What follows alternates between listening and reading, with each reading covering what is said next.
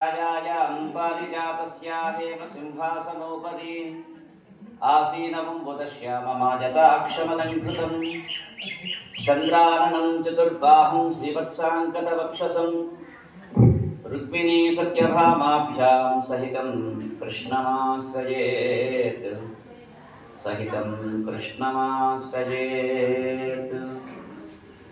आञ्जनेयप्रतिपाटलाननं काञ्चनाद्रिकमनीयविग्रहं पारिजातकरमूलवासिनं भावयामि भवमानन्दनं यत्र यत्र रघुनाथकीर्तनं तत्र तत्र कृतमस्तकाञ्जलिं भाष्पवारि परिपूर्णलोचनं मारुतिं नमत राक्षसान्तकम् ओम लक्ष्मीनारायणाभ्यां नमः श्री सीतारामाभ्यां नमः लक्ष्मीनारायणाभ्यां नमः श्रीमते विघ्नसे नमः ऋगुमरीचत्रिकस्येभ्यो महर्षिभ्यः श्री महाभागवतजनेभ्यः सर्वेभ्यः वैष्णवेभ्यो नमो नमो नमः हरिः ओम् वासुदेव वासुदेव वासुदेव वासुदेव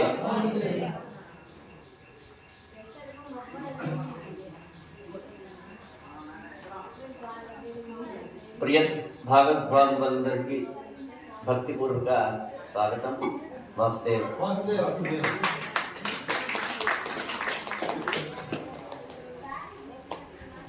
भक्ति చేత భగవంతుని భాగంగా మార్చుకునేటువంటి గర్భానికి బద్ధులై సదాశివులై సన్మార్గంలో పయనించాలనేటువంటి తత్వంతో సద్బుద్ధితో సుసంకల్పంతో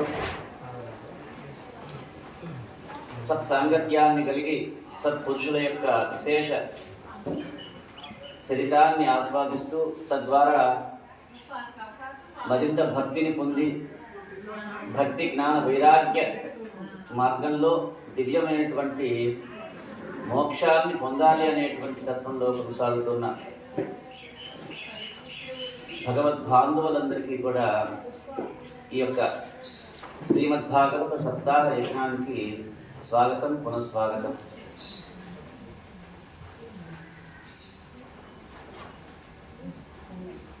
ఈరోజు మనం యొక్క మహాయజ్ఞంలోని 5వ రోజు ప్రవేశించాం.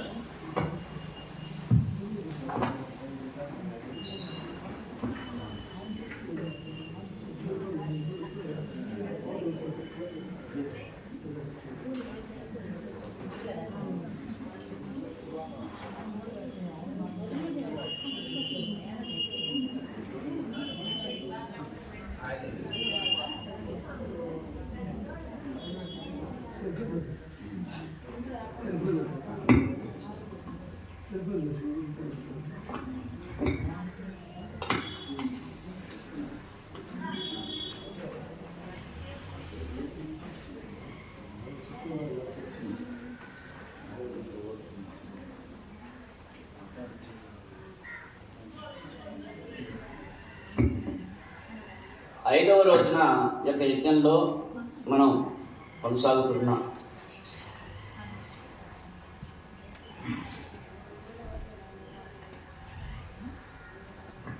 అష్టమ స్కందములు సంపూర్ణం చేశాం.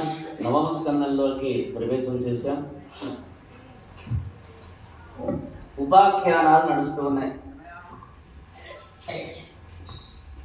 యొక్క ఉపాఖ్యానాలలో ప్రత్యేకించి రాత్రి చెప్పుకున్నాం. అనేక రకాల భక్తుల యొక్క దర్శనం చేస్తాం మనం ఈ యొక్క ఉపాఖ్యానాలలో. ప్రత్యేకించి వైవస్వత మనువు కాలంలోని అనేక మంది భక్తులు, ఇక్ష్వాకు వంశంలోని మాంధాత శౌభరి, అదే వంశంలోని త్రిశంకువు హరిశ్చంద్రుడు, అదే వంశంలోని సగరుడు భగీరథుడు, సౌదాసుడు, రామచంద్ర ప్రభువు, నిమి, వైదేవులు, ఇలా అనేక మంది భగవద్ బాంధవుల యొక్క విశేషత్వాన్ని మనం ఈ యొక్క స్కందంలో దర్శనం చేస్తాం. అందులో యొక్క నవమ స్కందంలోని మొదలులోనే అంబరీష ఉపాఖ్యానం అనేటువంటిది మనం ఆస్వాదిస్తాం. ఈ యొక్క అంబరీషుడు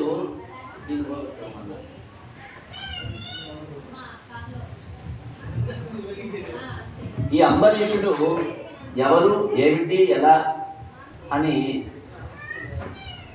సూక్ష్మంగా పరిశీలన చేస్తే ఈరోజు ఏదైతే ఉందో, ఏమిటి ఈరోజు? ద్వాదశి, శయన ఏకాదశి అనేటువంటి పర్వదినాన్ని మనం దాటి ద్వాదశి అనేటువంటి ఒక దివ్య ఫలాలు పొందేటువంటి రోజు అయినటువంటి ద్వాదశి రోజులోకి వచ్చేసాం ఈరోజు మనం. అలాంటి ఆ యొక్క ద్వాదశిని పరిపూర్ణంగా మనం ఆగ్రానిద్దాం.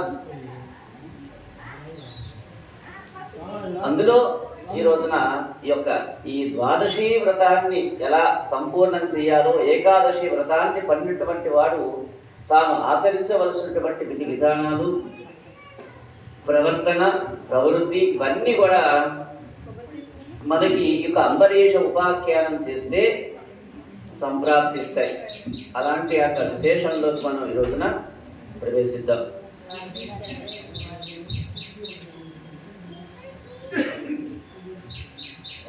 చెప్పుకున్నట్టు అంబరీషోపాఖ్యానం ఇది ఒక మహా అద్భుతమైనటువంటి విషయం.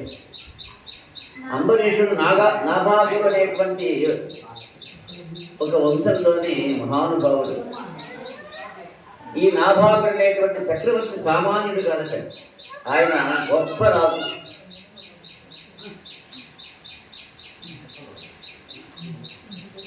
ఎన్నో సహజ గుణాలు ఉన్నాయి ఆయనకి.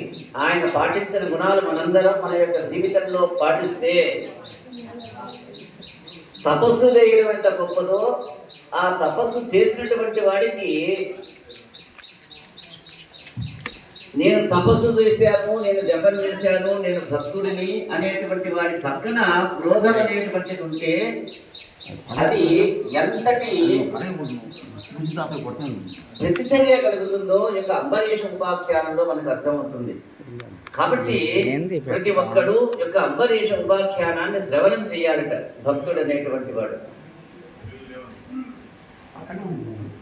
ఒక సాధు గురుడైనటువంటి వాడికి పక్కన క్రోధం ఉంటే ఎంత భయంకరమైన విషయం అనేటువంటిది ఈ యొక్క అంబరీష ఉపాఖ్యానం వల్ల మనం గుర్తిరగాలి. చాలా గొప్ప అధికారం ఉంది. అలా ఆ యొక్క అధికారికి చటుక్కున కోపం వస్తే జరిగేటువంటి చర్య ఏమిటో ఇదిగో ఈ యొక్క ఉపాఖ్యానాన్ని ఆస్వాదిస్తే మనకు అవగతమవుతుంది. ఈ ప్రపంచంలో కోపం వచ్చేటువంటి వాడి కంటే అధికమైనటువంటి ప్రమాదకారి మనకు ఎవరూ లేరట. అలాంటి ఆ ప్రమాదకరమైనటువంటి వ్యక్తి తన పక్కనుంటే మిగతా వాళ్ళు ఎలా చెడిపోతారు అనేటువంటి విషయాలు ఈ అంబరీష ఉపాఖ్యానంలో మనం దర్శనం చేస్తాం. ఒక పెద్ద మహానుభావుడు శాపం శపించాడనుకోండి. నిన్న చూసాం మనం పరీక్షితు యొక్క చరిత్ర మనం గమనిస్తే, శమీక మహర్షి తపస్సులో ఉండగా ఈ యొక్క పరీక్షిత్ మహారాజు అపచారం చేస్తే ఆ యొక్క అపచారాన్ని గుర్తిరిగినటువంటి శమీక మహర్షి యొక్క కుమారుడైన శృంగి శపిస్తే 7 రోజుల్లో పాము కాటుకు గురై మరణిస్తామని చెప్పి ఆ యొక్క శాప కారణాన్ని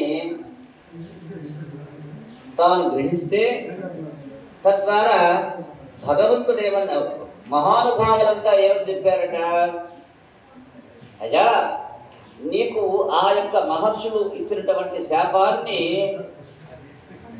అధిగమించడానికి అవకాశం లేదు. కాబట్టి ఆ శాపం అనేటువంటిది మేమెవరూ తప్పించలేము, దాన్ని నీవు అనుభవించవలసిందే. కానీ ఇంకా నీకేదైనా కోరికుంటే ఈ 7 రోజుల్లోగా అనుభవించమన్నాడు. మహర్షులంతా అతనికి సూచన చేసినటువంటి విషయం అది. అప్పుడు ఒక జ్ఞానవంతుడు ఏం కోరుకుంటాడో అప్పుడు అర్థమైంది మనకి. ఒక జ్ఞానవంతుడు ఏం కోరుకున్నాడు? నాకు తుచ్చమైనటువంటి ఈ కోరికలు ఏమొద్దు, మోక్షం కావాలనుకున్నాడు. శాశ్వతమైనటువంటి మోక్షం కావాలి, కానీ అశాశ్వతమైనటువంటి ఈ కోరికలు నాకు వద్దన్నాడు. ఎలా? శమీక మహర్షి కుమారుడైనటువంటి శృంగి మహానుభావులందరూ వీరందరికీ తోడయి భాగవతాన్ని స్పష్టంగా చెప్పగలిగినటువంటి శ్రీశుకుడు యొక్క అనుగ్రహ ఫలం చేత ఆ యొక్క పరీక్ష మహారాజు మోక్ష సిద్ధిని పొందాడు. అంటే మహానుభావుల యొక్క శాపము తప్పించుకోవటానికి అవకాశం లేదు. కానీ చరిత్రలో చాలా చాలా ఆశ్చర్యకరమైనటువంటి విషయాలు ఉన్నాయి. దూర్వాసుడు అనేటువంటి ఒక మహాముని, ఆయన బహుకోపిష్టి, ముక్కోపి. అలాంటి దూర్వాసుడి యొక్క శాపం ఎక్కడా కూడా ప్రతిహతం కాదు. కానీ ఈ అంబరీషుడి విషయంలో ఆ యొక్క శాపము పనిచేయలేదు. ఎలా పనిచేయలేదో దానికి కారణం ఏమిటో, దానికి ఫలమేమిటో, ఇంతటి శక్తిని ఇచ్చినటువంటి వాడు భగవంతుడు ఎవడో మనం ఇక్కడ దర్శనం చేయాలి. అది కూడా యాదృచ్ఛికంగా ఈ ద్వాదశి రోజు రావడం అనేటువంటిది మన యొక్క భాగ్యం. అంబరీషుని యొక్క మనస్సు ఎప్పుడు కూడా భగవంతుని యందు లయమవుతూ ఉండేదట.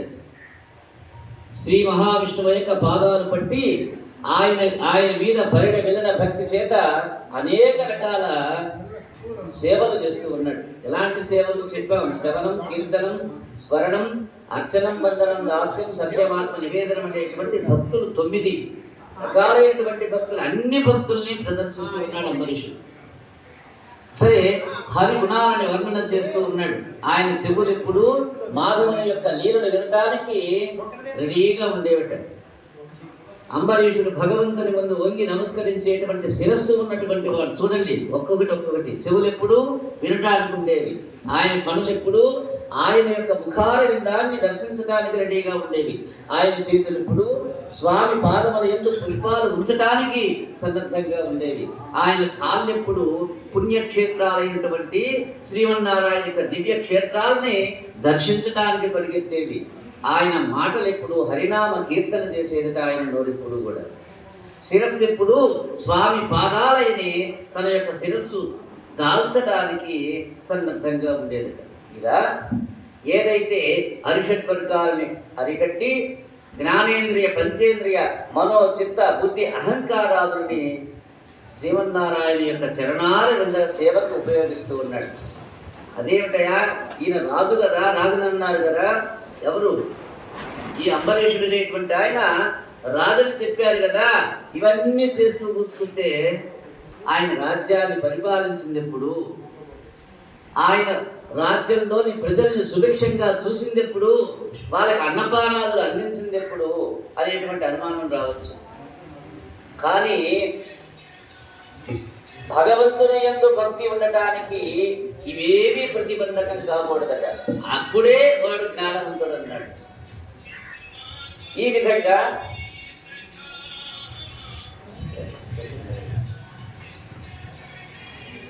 ఈ విధంగా ఎప్పుడు కూడా భగవంతుని యందు తన యొక్క మనస్సు మగ్నమై ఉండేదట. అయినా ఆయన రాజ్యపాలన విస్మరించలేదు. ఇది ఒక పరిపూర్ణవంతుడైనటువంటి మానవుని యొక్క చర్యగా ఉండాలి. ఎప్పుడు మగ్నమైపోరా, రాజ్యపాలన విస్మరించల. అంబరీషుడికి అంతఃపురాల మీద కోరిక లేదు. ఏనుగుల మీద, గుర్రాల మీద, ధనం మీద, ఉద్యానవనాల మీద, కొండల మీద, గుట్టల మీద, బంధుమిత్రుల మీద, రాజ్యం మీద, కనీసం భార్య మీద కూడా తనకి అమితమైనటువంటి కోరికలు లేవు. అంటీ ముట్టనట్టుగా ప్రతి విషయం యందు అంటీ ముట్టని భావం చేత తన యొక్క జీవిత కాలాన్ని కొనసాగిస్తూ ఉన్నాడు. కానీ వీటన్నిటితో ఉన్నాడు అంటుకోవటంలా ఉంది.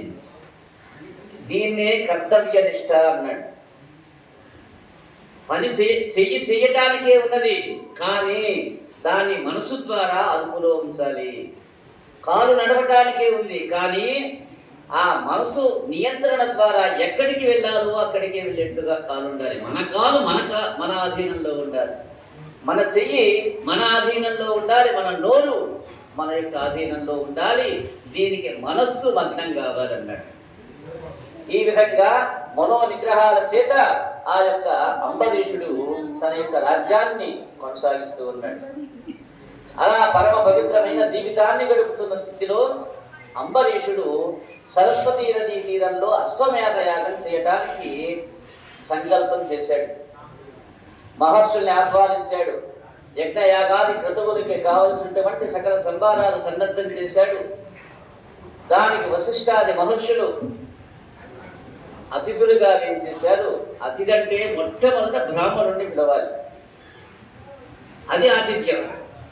అన్నదానం అంటే మొట్టమొదట బ్రాహ్మణుడికి పెట్టాలి, అది అన్నదానం. సపర్యలంటే మొట్టమొదట ఒక బ్రాహ్మణుడికి కాలు గడిగి శిరస్సును దాల్చి ఒక వస్త్రమో తగు దక్షిణం ఇచ్చి నమస్కరించాలి. ఇప్పుడు ఈ మహారాజు యొక్క అశ్వమేధ యాగం చేయడానికి సన్నద్ధాలు జరిగితే వశిష్ఠాది వామదేవాది మహర్షులంతా ఆ యొక్క మహత్కార్యానికి ఏం చేస్తే వారందరికీ చందన కర్పూరాది చందనాది సత్కారాలన్నీ కూడా నిర్వహించి ఆ యొక్క అంబరీషుడు తగు రీతిగా వారికి ఉచితమైనటువంటి సపర్యలు చేస్తూ ఉన్నాడు. భూరి తాంబూలాలు ఇచ్చేశాడు. ఈ విధంగా ఆ 1 సంవత్సరం పాటు ఇది అశ్వమేధ యాగం సంపూర్ణమైన తర్వాత 1 సంవత్సరం పాటు ఈయన ఏకాదశి వ్రతాన్ని చేసి ద్వాదశి పాలన చేయటం మొదలు పెట్టేశాడు. ఇది కూడా మహానుభావుల యొక్క మార్గదర్శనం. ఈ యొక్క ఏకాదశి వ్రతాన్ని అవలంబిస్తూ ఉన్నాడు, ద్వాదశి పాలన చేస్తూ ఉన్నాడు. ఈ ఉపవాసం ప్రారంభం చేశాడు. ఉపవాసం అంటే మనం ఒకటి గుర్తెరగాలి. ఉపవాసం అంటే అశనము అనేటువంటి అర్థం. శాస్త్రంలో ఇది మనకి చెప్పినటువంటి ఒక మహావాక్యం. ఏమన్నాడు? అశనము అన్నాడు. అశనం అంటే ఏమిటి అసలు? ఇది ఇక్కడ చెప్పేది మనకి కనుక అర్థం చేసుకోగలిగితే, దీన్ని అవగతం చేసుకోగలిగితే మోక్షం అనేటువంటి దానికోసం ఎన్నో జన్మలు ఎత్తవలసిన పనిలే, హీన జాతుల్లో పుట్టవలసిన పనిలే, మరో యోనిలో నుంచి బయటికి రావాల్సిన కర్మ లేదు జీవుడికి, ప్రత్యేకించి మానవుడికి. ఎందుకంటే ఉపవాసం అని చెప్పింది. గుడ్డు చేస్తుందా ఉపవాసం? పిల్లి చేస్తుందా ఉపవాసం? చెట్టు చేస్తుందా? చేమ చేస్తుందా? రాయి చేస్తుందా? రప్ప చేస్తుందా? వాటికి ఉండేటువంటి కర్మలు వాటికి ఉన్నాయి. వాటి యొక్క నియామకం ఏమిటో భగవంతుడు వాటికి నిర్దేశించి ఇవాళ పడుండరా కొన్ని వేల సంవత్సరాల పాటు అని చెప్పి రాయిని పడేశాడు కింద. నీవలాగే వర్షం పడితే నీళ్లు తాగు, ఎండ కాస్తే నువ్వు భరాయించు, నీ కింద వాడు ఉంటాడు చల్లగా, నువ్వు మటుకు ఎండని పొందాల్సిందే గొడుగులాగా అంటూ చెట్లను పుట్టించాడు. ఈ విధంగా వాటి యొక్క కర్మానుసారంగా వాటి జన్మల ద్వారా ఆ యొక్క ఫలాలు అనుభవించడానికి పుడుతూ ఉన్నాయి 84 లక్షల జీవరాశులన్నీ కూడా ఈ యొక్క భూమి మీద.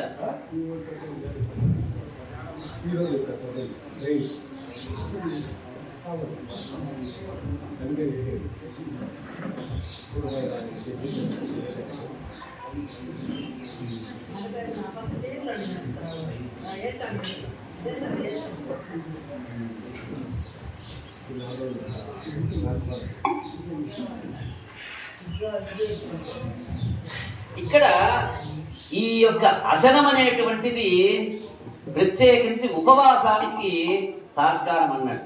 ఏమిటయ్యా అంటే మనము జన్మ కర్మ సాంఘాతిక సాముదాయిక వైనాశిక శుభ అనుశేషు. ఈ జన్మ ఎలా వచ్చింది నీకు?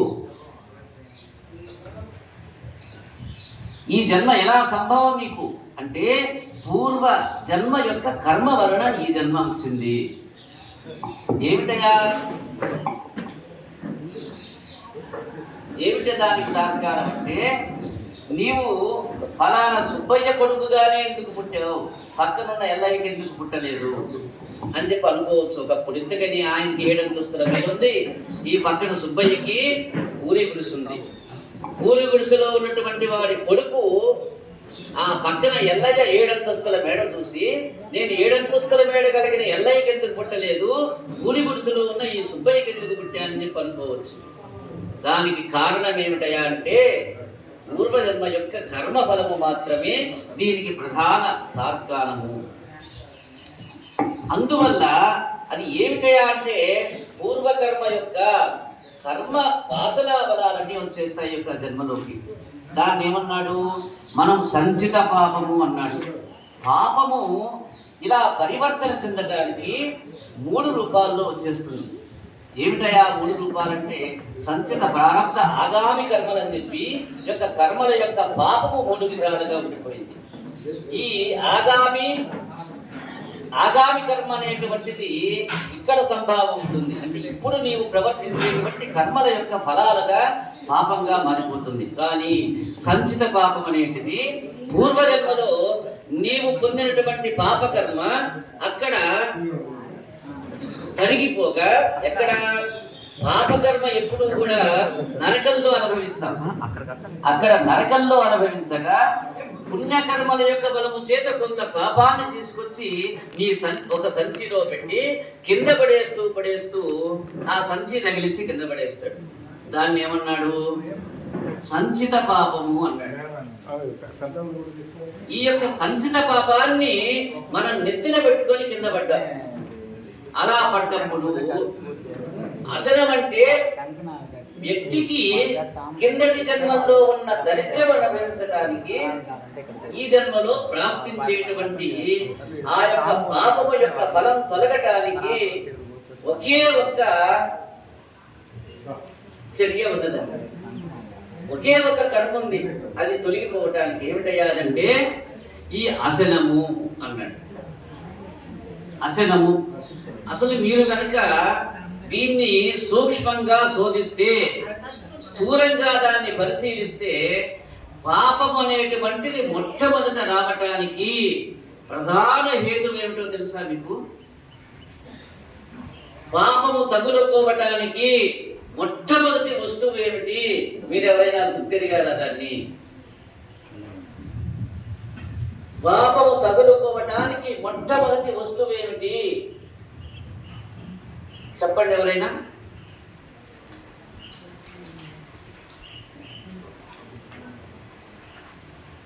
గోవుని తనటమా? కాదు. బ్రాహ్మణ్ణి తిట్టమా నోరారా? కాదు. ఎవడినైనా తగలబెట్టడమా? కాదు. పాపమే ఇవన్నీ, కానీ మొదటిది కాదు. మొట్టమొదటి హేతువు పాపానికి నీవు బ్రతకటానికి ఏదైతే ఆహారము తీసుకుంటూ ఉన్నావో ఆ ఆహారమే నీకు మొట్టమొదట పాపాన్ని కలిగించేది. ఒప్పుకుంటారా ఒప్పుకోరా?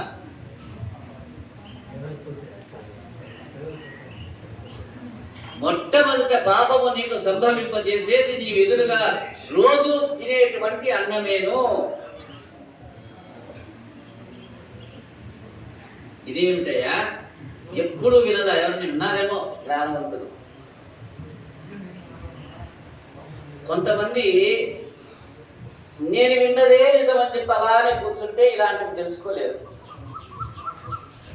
ఎప్పుడో మా గురువు గారు ఎప్పుడో చెప్పాడు, బట్ ఇంకా పర్లేదని చెప్పి అలానే ఉంటే అసలు తెలియదు. నేను రోజు టీవీ చూస్తూనే ఉంటాను, నాకు ఇవేం అక్కర్లేదనంటే వాళ్ళకి అందదు. శాస్త్ర పరిజ్ఞానం ఉన్నటువంటి వాళ్ళ యొక్క నోటిలోంచి వచ్చినటువంటివి మనం అంటే నువ్వు అప్పటికీ నమ్మకపోయినా, నీకు దాని మీద గురి కుదరకపోయినా నీవు పరిశీలన చేసుకుని వాటిని ఒప్పుకోవాల్సిందే. మొట్టమొదటి పాపహేతువు ప్రధానంగా జీవుడు తీసుకునేటువంటి ఆహారమే. అందుకని ఇదేమిటయా? జీవుణ్ణి పుట్టించింది ఎందుకు? కర్మఫలం అనుభవించడానికి. నిజమే. మరి ఆ యొక్క జీవుణ్ణి బ్రతికించడానికి మా భగవంతుడే అన్నాన్ని ఇచ్చాడు కదా, ఆహారాన్ని ఇచ్చాడు కదా. మరి దానిలో మళ్ళా మా పాపం దేవుడే పెడుతూ ఉన్నాడు కదా. ఇంకా మా కర్మతోటి పనే ఉంది పాపం రావడానికి. మేము ఏ కర్మ చేస్తే ఏమి? అసలు అన్నమే ఆయన పెట్టి మా మీద పాపాన్ని రుద్దుతూ ఉన్నాడు కదా అని చెప్పి కొంతమంది తెలివి గల వాళ్ళు, అర్థం చేసుకునేటువంటి వాళ్ళు అడగచ్చు. సరే, భగవంతుడు నీకు ఆహారంగా ఏమి చెప్పాడు? మానవుడికి ఆహారంగా కొన్ని వస్తువులు చెప్పాడు. జంతువులైనటువంటి అందులో ఉండేటువంటి వివిధ రకాల జంతువులకి కొన్ని చెప్పాడు. ఒక్కొక్క జంతువుకి ఒక్కొక్కటి ఆహారంగా చెప్పాడు. పశువులకి కొన్ని చెప్పాడు ఆహారంగా, పాములకి కొన్ని చెప్పాడు ఆహారంగా, దోమలకి కొన్ని చెప్పాడు ఆహారంగా. అవి తప్పించి మిగతావి తింటే పాపము. అదేమిటయా అంతా ఆహారమే కదా అని చెప్పి బర్రె గడ్డి తింటుంది, నువ్వు కూడా అదే తినొచ్చుగా. మనం అన్నం తింటూ ఉన్నాం, బర్రె కూడా అన్నం పెట్టచ్చుగా. నీవు వీలవుతుందా? గడ్డి తింటే నువ్వు బ్రతుకుతావా? అన్నం తింటే అది బ్రతుకుతుందా? పాము కప్పలని ఎలుకల్ని ఎందుకు తింటూ ఉంది? అది కూడా మనలాగే ఐస్ క్రీమ్ తిని బతకచ్చుగా, బ్రతుకుతుందా? ఏమీ దోమ మన నెత్తురే ఎందుకు తాగాలి? దోమ మన నెత్తురే ఎందుకు తాగి బ్రతకాలి? అది జీడిపప్పు కందిపప్పు తిని బ్రతకచ్చుగా, బతుకుతుందా? లేదు. సరే, ఇవన్నీ జంతువులు, పశువులు, పాములు, క్రిమి కీటకాదులు అని చెప్పి అనుకున్నా. మనం ఏదో మనుషులం కాబట్టి, మనకి తెలివులు ఉన్నాయి కాబట్టి, సరే మేమేదో తింటుంటామని చెప్పి అనుకుంటా. అదుగో అక్కడే మొట్టమొదటి పాపం ప్రవేశించింది. అవన్నీ కూడా తిరియక్ జన్మలని చెప్పారు. తిరియక్ జన్మల్లో వాటికి బుద్ధి అనేటువంటిది ఉండదని చెప్పి మనం చెప్పేశాం. కేవలం వాటికి ఏమేమి ఉన్నాయి?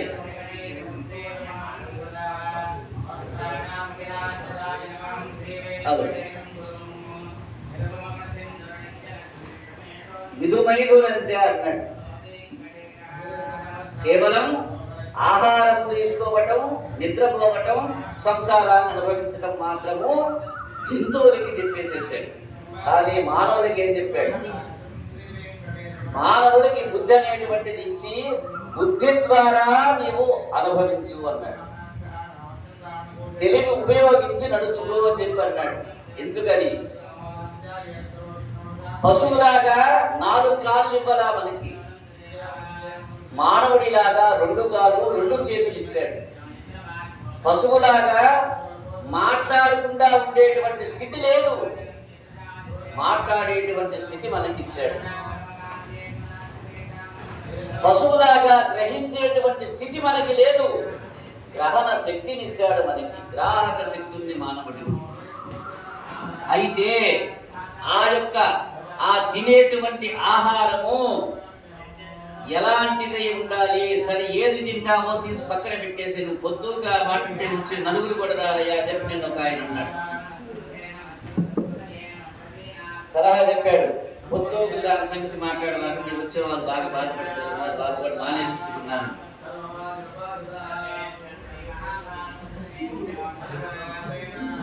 సరే, దాన్ని తీసి పక్కన పెడదాం. ఈ తినేటువంటిది కూడా నీవు తీసుకునేటువంటి ఆహారం ఎలా తీసుకోవాలో కూడా శాస్త్రం చెప్పింది. ఎలా చెప్పింది? అహం వైశ్వానరో భూత్వా దేహినాం ప్రాణమాశ్రితః. ఆయన వైశ్వానరుడు అనేటువంటి అగ్ని రూపంగా దేహంలో ఉండి జఠరాగ్ని కలిగించి మనం తీసుకునేటువంటి 4 రకాలైనటువంటి ఆహార పదార్థాలని ఆయన పచనము చేస్తూ ఉన్నాడు. తానారగించేటువంటి వంకతోటి మనకి నమిలి పెట్టి దాన్ని జీర్ణం చేసి అన్నరసాన్ని జీవరసంగా మార్చి రక్తంలోకి ఎక్కించి ఆ యొక్క రక్తం నవనాడుల్లో తిరుగుతూ ఉంటే శరీరంలో ఉండేటువంటి మాంసము, మజ్జ, ఎముకలు, ఇలాంటి విశేషమైనటువంటి సప్త ధాతువులు, నవరంధ్రాలు, ఇవన్నీ కూడా 10 ఇంద్రియాలు, మనస్సు, అహంకారము, బుద్ధి అనేటువంటి చిత్తం అనేటువంటి విశేషత్వం కలిగినటువంటి యొక్క దేహము నడవగలుగుతుంది, తిరగగలుగుతుంది, ప్రాణము ఉండగలుగుతుంది ఈ క్రియ జరిగినంతసేపే. ఈ క్రియ ఆగిపోయింది అనుకోండి, జీర్ణక్రియ ఆగిపోతే చిన్నగా ఏమవుతుంది, ఆహారము అరగదు. అన్నం అరగకపోతే దాని అన్నరసము రక్తంలో కలవటం లేదు. రక్తంలో శక్తి లేకపోతే నవనాడులు అణిగిపోతూ ఉన్నాయి, జీవక్రియ ఆగిపోతూ ఉంది. ముందుగా గుండె ఆగిందన్నాడు, తర్వాత ప్రాణం పోయిందన్నాడు, నాడి కొట్టుకోవటం లేదన్నాడు, శ్వాస ఆడటం లేదన్నాడు. చూడండి ఒక్కొక్కటి. చివరికి శరీరం చల్లబడింది అన్నాడు. తర్వాత తీసుకెళ్లి నిప్పులో పడేసి తగలబెట్టాడు. అయితే మనం ఇక్కడ ఒక అగ్ని కార్యాన్ని చేస్తూ ఉన్నాం. ఎలా చేశాము?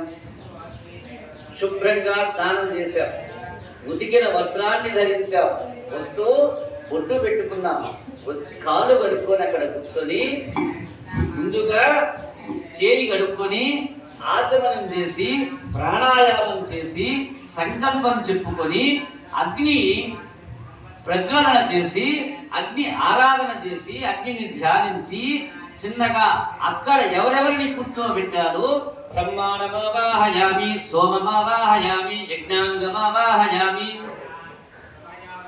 అష్టదిక్పాలకులైనటువంటి ఇంద్రమావాహయామి, అగ్నిమావాహయామి, యమమావాహయామి, విమృతిమావాహయామి, వరుణమావాహయామి, వాయుమావాహయామి, కుబేరమావాహయామి, ఈశానమావాహయామి, అగ్ని తృప్యతు అంటూ అగ్ని మీద కాస్త నీళ్లు చల్లి అగ్నిని ఆవాహించి అక్కడ కూర్చోబెట్టి ఆ అగ్ని ద్వారా, నాయనా నువ్వు అగ్ని పురుష, నీవు దేవతల్లో అందరికంటే చిన్నవాడివి కాబట్టి నీకు ఈ పని చెప్తూ ఉన్నాం, పెద్దవాళ్ళకి పని చెప్పలేవు. అక్కడ 10 మంది కూర్చుంటారా ఇక్కడ ఆయనవా అంటాం, నీకు తీసుకెళ్ళి అక్కడ పెట్టిరా అంటాం. నువ్వు సుధాకరు ఇది తీసుకెళ్ళి అక్కడ పడేసరా అని చెప్పి ఆయనకి పిలవగలవా? అందుకని ఈ యొక్క ముక్కోటి దేవతల్లో ఉన్నటువంటి వాళ్ళందరిని అలా కూర్చోబెట్టి ముక్కోటి దేవతల్లో అందరికంటే చిన్నవాడైనటువంటి అగ్నికి ఇదిగో ఈ పాత్ర తీసుకెళ్లి హవిస్సు తీసుకొని వెళ్ళి, అదిగో యజ్ఞ పురుషుడు ఉన్నాడు పైన, ఎవరాయన? మహావిష్ణువు. ఆయన ద్వారా అందరికి అందేలాగున యొక్క హవిస్సు అందించమని చెప్పి అగ్నిని మనం అక్కడ ప్రజ్వలన చేసి పంపిస్తూ ఉన్నాం. మనం తీసుకునేటువంటి ఆహారం కూడా అంతే. ఎలా పంపిస్తూ ఉన్నాం? కడుపులోకి తెచ్చింది వేసావా? లేదు, ఉడకబెట్టాం. ఎక్కడ ఉడకబెట్టాం? అగ్ని మీద. కాల్చాం. ఎక్కడ కాల్చాం? వండాం. ఎక్కడ వండాం? వేయించాం. ఎక్కడ వేయించాం? అగ్ని. అలా తయారైనటువంటి ఆ యొక్క అన్నాన్ని మరలా ఎలా తీసుకోవాలన్నాడు? శుద్ధి చేయమన్నాడు, ఔపోసన పట్టమన్నాడు. అన్న శుద్ధి కావటానికి వస్తువేమిటి? నెయ్యి. అన్న శుద్ధికి ఏమిటి? నెయ్యి. నెయ్యినలా అభికరించమన్నాడు. దాన్ని పంచవ్యాహృతులైనటువంటి ఓం భూ, ఓం భువ, ఓం శుభ, ఓం ఈ విధంగా. ఎందుకని నీవు ఆహారం తీసుకోవటం కూడా అగ్ని కార్యమేను. కనీసం ఇవన్నీ వదిలేసినా వండపోయే ముందు స్నానము, శౌచము, అగ్నికి నమస్కారం పెట్టి ఆ ఆహారాన్ని నుండి పక్కన ఉన్నటువంటి మీ యొక్క కులదేవతో, ఇలదేవతో, ఇష్టదేవతో ఒక ఆ యొక్క దైవాన్ని దగ్గరకు వచ్చేసి తినవయ్యా అని చెప్పి చెయ్యి చూయించి కాస్త నీళ్లు చల్లి తిన్నాడా ఆయన ఏమన్నా? మనమే తినే తర్వాత కానీ అందులో రసాన్ని ఆయన ఘ్రాణము చేసి, ఇందాక మొన్న చెప్పాం, ఎదురుగా ఆయన కనపడితే ఆయన జుర్రేసింది. ఆమె ఎవరామె? జుర్రేస్తే ఎవరు వచ్చారు? ఆయనే పుట్టాడు. నీకు మటుకు రాడా? ఈ భావం ఉందా నీలో? లేదు కాబట్టి నీవు అన్నకల్లా దాన్ని ఆస్వాదించగల. అన్ని అనుభవించినటువంటి ఆమె కష్టాలు లేకుండా ఉన్నాయా? నీకు ఉంటాయి కష్టాలు. కష్టపడింది కాదు లెక్క, నీవు ఏ స్థితిలో ఉన్నటువంటిది లెక్క. తండ్రి తన్నాడు కదా అని చెప్పి గురేసుకొని చస్తే ధ్రువుణ్ణి రోజు మనం స్మరించేటువంటి వాళ్ళమా? నేను వెళ్ళలేదని చెప్పి ఏడుస్తూ అలానే కూర్చున్నాడు ఒక ఆయన.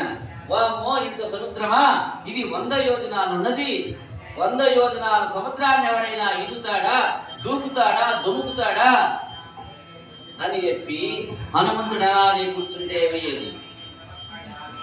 రావణ యుద్ధం జరిగేదా? ధర్మ సంస్థాపన సాధ్యమా? దుష్ట శిక్షణ దొరుకుతుందా? లేదు. ఏం చేశాడు ఆయన? ఒక మహానుభావుడు వచ్చేసాడు, జాంబవంతుడు. ఒరే పిచ్చివాడా, నీకు ఎన్ని శక్తులు ఉన్నాయా, నువ్వు మర్చిపోయినావు? తింగలి పనులు ఎన్ని చేసావు చిన్నప్పుడు. ముట్టితోటి నెట్టావు, తోకతోటి కొట్టావు, మూతితోటి ఉమ్మేశావు. చివరికి వెళ్ళి అక్కడెక్కడో ఉన్నటువంటి భాను మండలంలో ఉన్న సూర్య భగవానుడే తినడానికి ప్రయత్నం చేశావు. ఇంత శక్తి నీకుంటే ఈ బోడి శతయోజన దూరం ఎంతరా నీకు నాయన? ఎవరివి నీవు? ఇంద్ర వరాన్ని పొందావు, బ్రహ్మ వరాన్ని పొందావు, సూర్యుడి యొక్క శిష్యుడివి, వాయుకుమారుడివి. నీవెగలేకపోవడం ఏమిటి? యొక్క శతయోజన పూరితమైనటువంటి లవణ సముద్రాన్ని అని చెప్పి గుర్తు చేశాడు. అలానే కూర్చుంటే సాధ్యమయ్యేదా? లేదు. ఏమి ఉపయోగించాలి? బుద్ధిని ఉపయోగించాలి. ఇప్పుడు ఇక్కడ ఇలా ఎప్పుడైతే ఆ యొక్క భగవంతుణ్ణి నివేదన చేసి దాన్ని మనం తీసుకుంటామో ఆ యొక్క అన్నము పాపము కాదు. ఆ అన్నం పాపము కానిది. లేకుంటే అన్నం పాపము. రెండో పాపం చెప్పమంటారా? మంచము. రెండో పాపము మంచము. అది దేనికి వాడాలో దానికే వాడాలి. ఎప్పుడు వాడాలో అప్పుడే వాడాలి. ఎందుకు వాడాలో అందుకే వాడాలి. ఎక్కడ వాడాలో అక్కడే వాడాలి. ఎప్పుడు మంచం మీద కూర్చోకూడదు. కేవలం పడుకునే సమయంలోనే దాన్ని మనం వాడుకోవాలి. అంటే మొత్తంగా అతి పాపములు తెలియకుండా చేసేటువంటివి దానికి తెలుస్తాయి. అవసరం ఎప్పుడో అవసరం అవుతుంది, అయినా అతిక్రమిస్తాం. కానీ ఇవేం చేస్తాం? తెలిసేనా కానీ చేస్తూనే ఉంటాం. కంచాన్ని మంచాన్ని చాలా జాగ్రత్తగా వాడాలంటే అన్నం మంచం మీద తినకూడదు, కంచము నేల మీద ఉండాలి. ఇది మనకి శాస్త్రం. అలానే ఇలా కాకుండా తిన్నదే పాపము. కాబట్టి మొదటి పాపము అన్నమేను. సరే సరే, దానికి ఏమిటయ్యా అంటే అదే ఇక్కడ ఏం చెప్పాడు? అసనము అన్నాడు. ఏమో ఎలా తింటూ ఉన్నామో, వీలు పడచ్చు వీలు పడకపోవచ్చు. అలాంటి దాన్ని ఈ అసనం అనేటువంటి ఈ యొక్క పాపాన్ని తొలగించుకోవటానికి చెప్పినటువంటిది అసనం అనేటువంటిది. ఏమిటయ్యా అసనం అంటే? ఏకాదశి రోజున నీవు కనుక ధాన్యాన్ని ఉడకబెట్టి తీసుకోకుండా ఉంటే అదే అసనము అన్నాడు. అంటే ఆహారం ద్వారా నీవు తీసుకునేటువంటి యొక్క పాపాన్ని ఏకాదశి రోజు కనుక నీవు దాన్ని తీసుకోకుండా ఉంటే ఈ 15 రోజులు తీసుకున్నటువంటి ఆ పాపము పరిహారం అవుతున్నది. ఆ రోజే నీవు నిరాహారంగా ఉన్నటువంటి ఏకాదశి రోజు. ఇది ఏకాదశి వ్రతము యొక్క, ఏకాదశి ఉపవాసము యొక్క గొప్పతనము కదా. చూడండి, ఉన్న దరిద్రాన్ని, అంటే ఎక్కడెక్కడి నుంచి వస్తుంది దరిద్రము? కేవలం ఇప్పుడు చేసేదే కాదు దరిద్రం. పూర్వజన్మ యొక్క కర్మ బలము, పాపకర్మ బలము దరిద్రంగా వచ్చేస్తుంది. పూర్వజన్మ యొక్క పాపకర్మ బలము రోగ రూపంగా వస్తుంది. కాబట్టి పూర్వజన్మ కృతం పాపం, పాపకర్మ యొక్క ఫలము ఈ జన్మలో ఏమిటన్నాడు? వ్యాధి రూపేణ పీడిత అన్నాడు. పూర్వజన్మలో దానము ధర్మాన్ని అవలంబించి ఈ రెండు జోడు. నీవు నీళ్లు తేవటానికి వెళ్ళాలి, ఎట్లా తెస్తావు? కావిడి తోటి రెండు తెచ్చుకుంటావు కదా. మనం కూరగాయలు కొనడానికి వెళ్తాం, 1 కేజీ వేస్తాడు. కేజీ వేసి ఏం అడుగుతాం? మనం ఒకసారి అడుగుతాం, అంటే రెండోది కూడా అడుగుతాం. కాబట్టి అలానే ఈ ఈ ఈ విశేషమైనటువంటి పుణ్యఫలం రావటానికి రెండు జోడు. ఏమిటవి? దానము ధర్మము. దానం వేరు, ధర్మం వేరు. ఇదేమిటయా తేడా? ఏమిటంటే ధర్మము ద్వారా పుణ్యఫలము అప్రతిహతమవుతుంది, అలానే వస్తూ ఉంటుంది. దానము ద్వారా పాప ఫలము పోతూ ఉంటుంది. ఇది దానానికి ధర్మానికి ఉన్నటువంటి తేడా. దానం చేస్తే అది కూడా దానం అనేటువంటిది బ్రాహ్మణుడు ఒక్కడికే చెల్లుతుంది. నేను దానం చేశానంటాడు, అన్నదానం అంటాడు. అదే చెప్పటం మీకు. అన్నదాన ఫలము రావాలంటే బ్రాహ్మణుడు తింటేనే అది దాన ఫలము. దాన్ని అన్నదానం అనకూడదు, విడిగా మీరు చేసుకునేటువంటిది.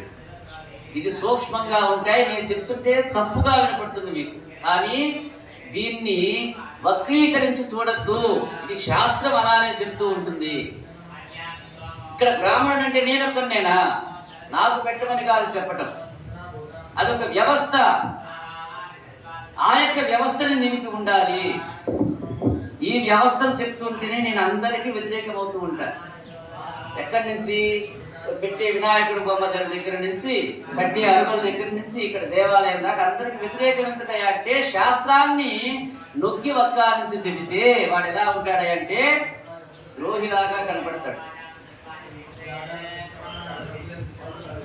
అది అన్నదానం అంటే. ఏమిటి అన్నదానం అంటే? కనీసం ఒక్కడికైనా బ్రాహ్మణుడికి పెట్టి ఆ తరువాత ఎలా ఉండాలో అలా ఉండి, అందులో ఏమి ఉండకూడదో వాడిని ఉండకుండా చూసి, పొలిమేర దాటకుండా ఉండి ఆ పొలిమేర లోపల పెట్టేటువంటిది అన్నదానము. పొలిమేర దాటితే అన్నదానానికి పనికిరాదు. పొలిమేర దాటింది దేవుడి నివేదనకి పనికిరాదు. అర్థమైందా? కాబట్టి అవి మాకు తప్పులుగా కనపడతాయి, చెప్తుంటే నేను తప్పుగా కనిపిస్తాను. తెలుసు కాబట్టి నాకు తప్పులుగా కనపడుతుంటే. ఇంకో రకం ఉంది, ఎక్కువ తెలిసిన వారిని ఇంకా ఎక్కువగా వ్యతిరేకిస్తారు. అది కూడా ఒక గుణం మనుషులు. కాబట్టి ఇక్కడ అందుకని చెప్పి ఏం చెప్పాడు? ఈ పాపము తొలగటానికి నీవు ఏకాదశి రోజున ఉపవాసము ఉండాలి. ఎందుకని? అది అశనము కాబట్టి. అశనం అంటే నీ యొక్క 15 రోజుల పాటు నీవు తీసుకున్న, తెలిసి తెలియక చేసినటువంటి అన్న స్వీకరణ ద్వారా చేసినటువంటి పాపకర్మని ఆ ఒక్క రోజు ఉపవాసం ఉంటే ఆ 15 రోజుల పాపాన్ని అది తీసుకుంటుంది. ఏకాదశి అనేటువంటి ఒక కన్య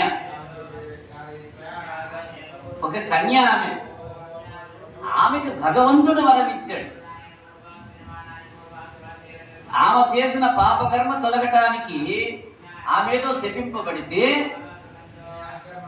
ఆమెకి అది ఏమిటయా, నేను నీ భక్తురాలిని కదా, నన్ను నీవు శపించటమే అంటే నా శాపము నీకు వరమవుతుంది. నీవు నీ పాపం తొలగించుకోవడమే కాకుండా నిన్నెవరు తలుచుకుంటూ ఆ రోజున ఆహారం తీసుకోరో, ఏకాదశి అనేటువంటి నెపం చేత ఆ రోజు నిరాహారంగా ఉంటాడు, వాళ్ళందరికీ కూడా వాళ్ళ యొక్క 15 రోజుల పాపాలు తొలగింపబడతాయని చెప్పి శ్రీమన్నారాయణుడు వరమిస్తే అది ఏకాదశి వ్రతమైంది. ఇంతుంది ఏకాదశిలో. అలాంటి ఆ యొక్క ఏకాదశి వ్రతాన్ని పట్టాడు ఈయన. ఎవరు?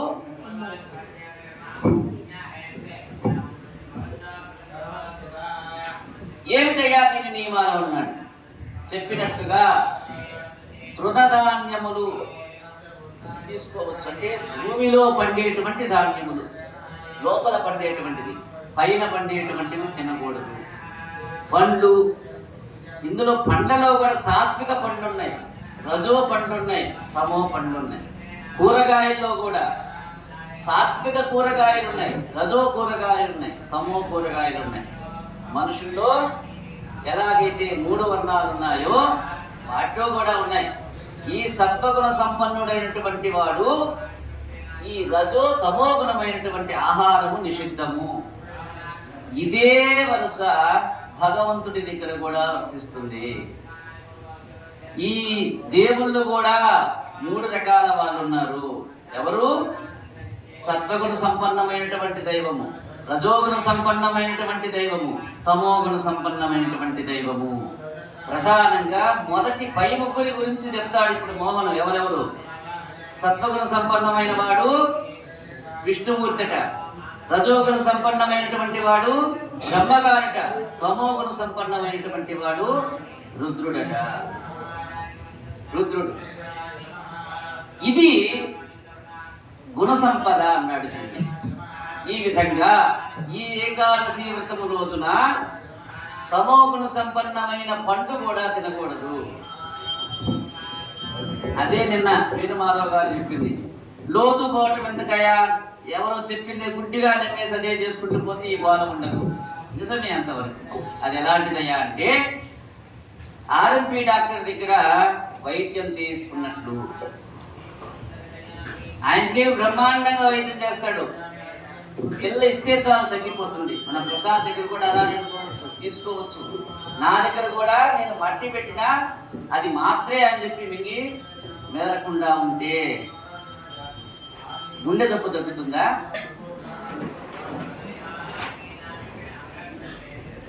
అందువల్ల గుండె జబ్బు తగ్గుతుంది. ఆ వృత్తికర నొప్పి అయితే పోతుంది. ఏదో నీవు భయం వల్ల ఆలోచిస్తూ ఉంటే నేను కట్టే అంతరం తగ్గిపోతుంది. మాత్రం కూడా పల్లె. ఇలాంటివి వేరు, అలాంటివి వేరు. ఇప్పుడు ఇక్కడ అయితే ఇదేది లేదనుకోండి, నేను చెప్పినంత ఇక్కడి నుంచి వచ్చింది.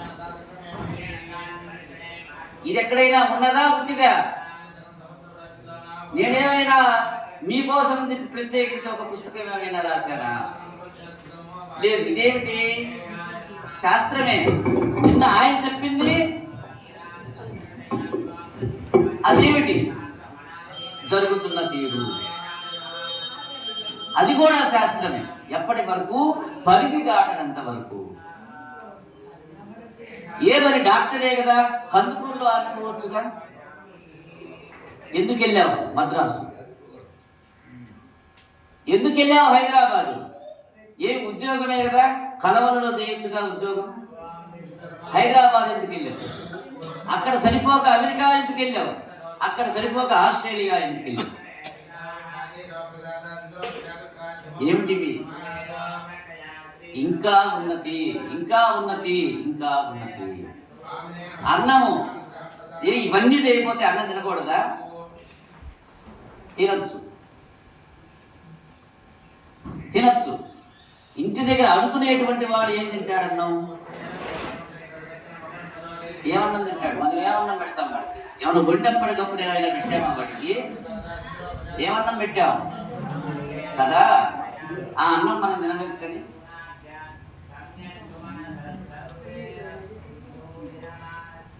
ఆ అన్నం మనం ఎందుకు తినాం కదా. అమ్మో మడి మడి మడి అని చెప్పి నేను ఎవరిని తాకొద్దని చెప్పి అంటాను. మీకు అవసరమా అది?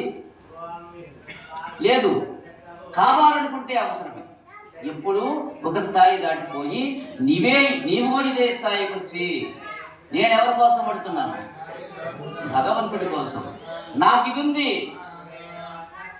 అందుకని భగవంతుడికి ఎలా ఉంటానో నేను కూడా అలానే ఉంటాను. ఆయన వండిందే నాకు వర్తిస్తుంది. ఆయనకి ఎలా వండానో నేను కూడా అలానే వండుకొని తినాలి. ఎందుకని?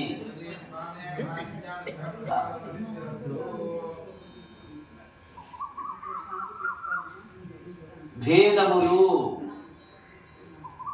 ఏమిటాయి? అన్నిట్లో భేదం చూస్తామంటే ఆ భేదం చూసేటువంటిది వేరు. కానీ ఒక స్థాయి నుంచి ఒక స్థాయికి వెళ్ళిన తర్వాత వాటి యొక్క భేదములు వేరుగా ఉంటాయి. వాటిని వీటిని సమదృష్టితో చూడటానికి అవకాశం లేదు. అలా అనుకుంటే అది మన యొక్క అజ్ఞానము. ఇక్కడ ఈ ఏకాదశి వ్రతంలో ఏమిటి దీని నియమాలన్నాడు. ఏకాదశి రోజున ఏదైతే భూమికి పైన ఉన్నటువంటి ధాన్యములు ఉన్నాయో వాటిని వండి తినకూడదు. వండకుండా ఏదైనా ఒకటి అన్న నోట్లో వేసుకోవచ్చేమో. భూమిలో పండి ఉన్నటువంటి ధాన్యములని పుచ్చుకోవచ్చు, పండినటువంటి పంటని స్వీకరించవచ్చు. అందరికీ సర్వకాల సర్వావస్థల యందు ఆమోదయోగ్యమైనటువంటి పాలని తాగవచ్చు. ఆ పాలలో కూడా మానవుడికి సూచించబడి ఉన్నటువంటివి సత్వగుణ సంపన్నమైనటువంటి ఆవు పాలు శ్రేష్టము, రజోగుణ సంపన్నమైనటువంటి గేదె పాలు శ్రేష్టము. కానీ నేను గొర్రె పాలు తాగుతాను, మేక పాలు తాగుతాను, గాడిద పాలు తాగుతానంటే శాస్త్రం అయితే ఒప్పుకోదు. ఈ అరకు నీవు ఒప్పుకున్నావు, తాగేశావు, తీసేది. ఎందుకయ్యా? అదిగో నేను ఈ సత్వరజ తమో గుణములు అనేటువంటి గుణములని వర్గము చేశాను, దాన్ని తెలుసుకున్నాను కాబట్టి నేను సత్వగుణ సంపన్నత మాత్రమే స్వీకరిస్తాను. ఒకడు ఉంటాడు, అక్కడ కరెంటు తీయనికి వైర్లు తగిలిస్తాడు, ఇక్కడ అదే వాడుకుంటుంటాడు. ఇంకొకరిని చూస్తే డబ్బు కట్టి మరి వాడికి 16 రకాల వాటిని ఎల్సీలో ఏదో అంటాడు, అవి పెడతాడు. ఎందుకు పెడతాడు? కరెంటు యొక్క క్వాలిటీ కోసం. అన్నా, కరెంటు క్వాలిటీ కోసము ఏం పెట్టాడు?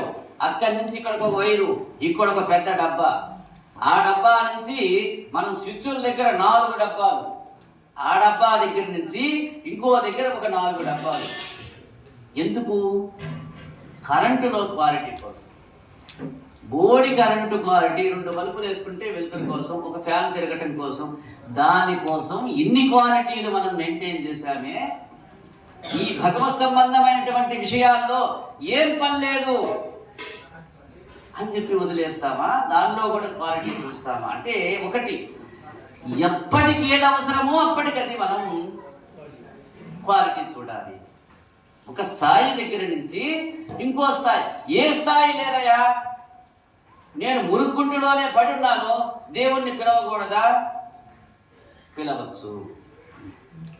ఆ ఆర్తి నీకు వస్తే అదే నీకు శ్రేష్టం. ఆ భావం నీకుంటే అదే నీకు శ్రేష్టం. దీనికి ఉదాహరణలుగా చెప్పావు. నిన్న గుడ్డలు లేకుండా ఆమె పిలిచింది, మడి కట్టుకొని ఇట్లా కప్పుకోవాలంట దేవుణ్ణి పిలవాలంటే. వల్ల అవుతుందా? లేదు, తప్పు లేదు. మురికుంటలో చేపలు చచ్చున్నాయి, ఎట్రగప్పలు చచ్చున్నాయి, పాములు చచ్చున్నాయి, నెత్తూరు ఉంది, వీడి కాలు చీము పట్టింది. ఎవడవాడు? గజేంద్రుడు.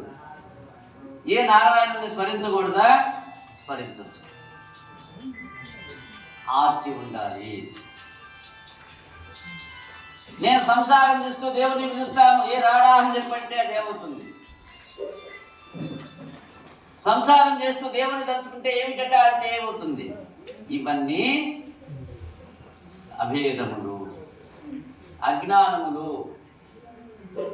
వితండవాదములు. కాబట్టి ఇక్కడ ఎంత తొందరగా వీలైతే అంత తొందరగా పదార్థాలను తినేయడాన్ని పారణ అన్నాడు. అంటే మనం ఉపవాసము ఉన్నాము, ఉపవాసములో మిగతా ఉపవాసములైతే ఉదయం నుంచి రాత్రి వరకు ఏమి తినకుండా ఉండి రాత్రి చంద్రుడి దర్శనం తర్వాత తినేటువంటిది ఒక ఉపవాసము. ఉదయం నుంచి మధ్యాహ్నం వరకు ఉండి మధ్యాహ్నం స్వామిని ఆరాధన చేసి ఆహారం తీసుకునేటువంటిది ఒక ఉపవాసం. ఈ యొక్క ఉపవాసములు కేవలం అల్పములు మాత్రమే, చిన్న చిన్నవి మాత్రమే. కానీ ఏకాదశి వ్రతం రోజున చేసేటువంటి ఉపవాసము ముందు రోజు ఒక పూట మాత్రమే భోజనం చేసి ఉండాలి. ఆ మరుసటి రోజైనటువంటి ఏకాదశి రోజున నిరాహారంగా మొత్తము గడపాలి. ఆ మరుసటి రోజున ద్వాదశి గడియలు తీరే లోపున భగవంతుడికి నివేదించినటువంటి ఆహారాన్ని భగవత్ తీర్థాన్ని పెరుమాళు తీర్థాన్ని పుచ్చుకొని అప్పుడు ఆ యొక్క ఆహారాన్ని భుజించాలి. ఇది ఏకాదశి వ్రతంలోని నియమములు. ఎలా? ముందు రోజు ఆహారాన్ని ఒక్కసారి తీసుకోవాలి. ఏకాదశి రోజున నిరాహారంగా ఉండాలి. ఆ మరుసటి రోజున ద్వాదశి గడియలు తీరకపోయే ముందుగా వీలైనంత తొందరగా భగవద్ నివేదితమైనటువంటి భోజనాన్ని స్వీకరించాలి. ఇది ఏకాదశి వ్రతం రోజు చేయవలసినటువంటి ఉపవాస నియమం.